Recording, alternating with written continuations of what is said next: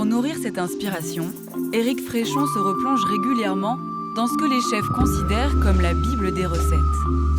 Le guide culinaire d'Auguste Escoffier.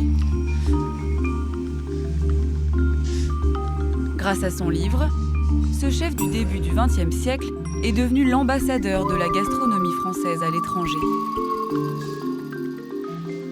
Pêche Melba, crêpes Suzette, des recettes qui ont fait toute sa renommée. Mais Auguste Escoffier est surtout à l'origine de l'organisation humaine des restaurants. Je pense qu'il a pris un peu le système de l'armée, et c'est pour ça que ça s'est appelé brigade. Donc il y a un chef, un sous-chef, des chefs de partie. Donc là, il a sectorisé le rôtisseur, le chef saucier qui fait que les sauces, l'entremétier, le poissonnier, le garde-manger. Enfin, il a vraiment sectorisé chaque partie de la cuisine où chacun s'est spécialisé, je dirais, dans sa partie.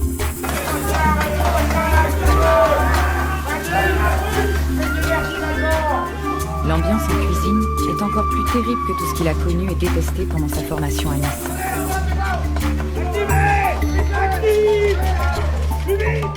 Le chef, Ulysse Rouault, règne sur ses troupes en maître rustre et brutal.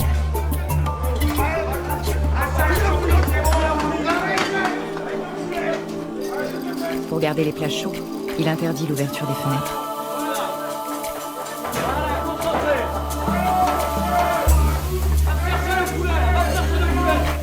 On commence à mieux connaître les violents, où le charbon de bois joue encore un grand rôle.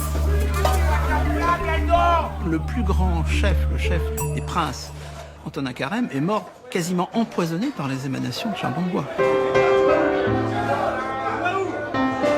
Auguste, il reprend son apprentissage au bas de l'échelle, comme commis rôtisseur.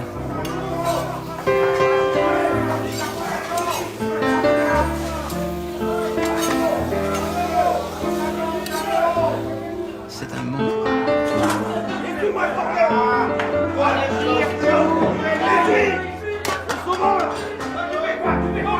Il faut tenir la chaleur, il faut tenir le rythme, le stress, des endroits quelques de feu. Donc c'est loin d'être un paradis, ça ressemble quand même plutôt à l'enfer.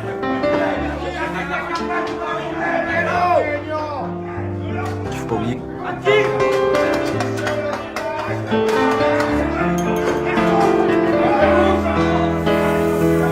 Ce sont des caractères et en même temps des forces de la nature, parce que c'est des conditions de travail qui sont abominables.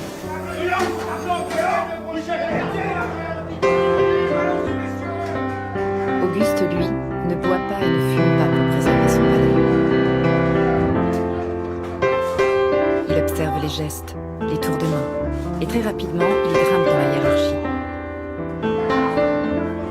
18 mois après son arrivée, il est déjà chef de garde-manger.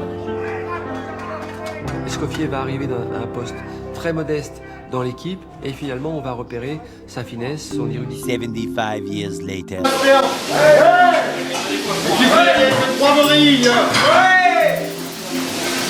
Et ça marche de couvert 2 fois le grand menu.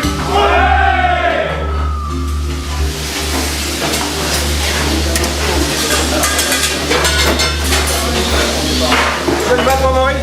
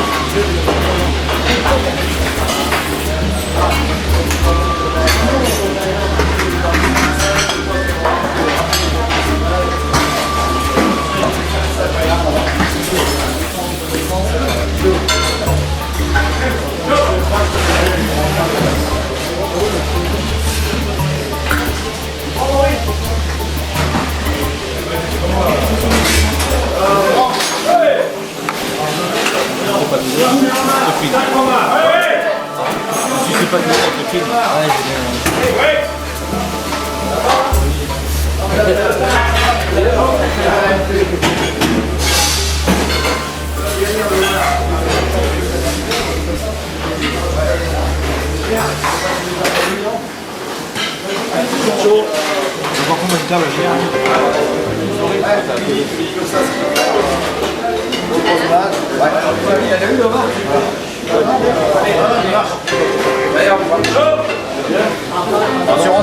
Dans l'ouvrage qu'il lui a consacré, son disciple Talamas ajoute Escoffier était un apôtre.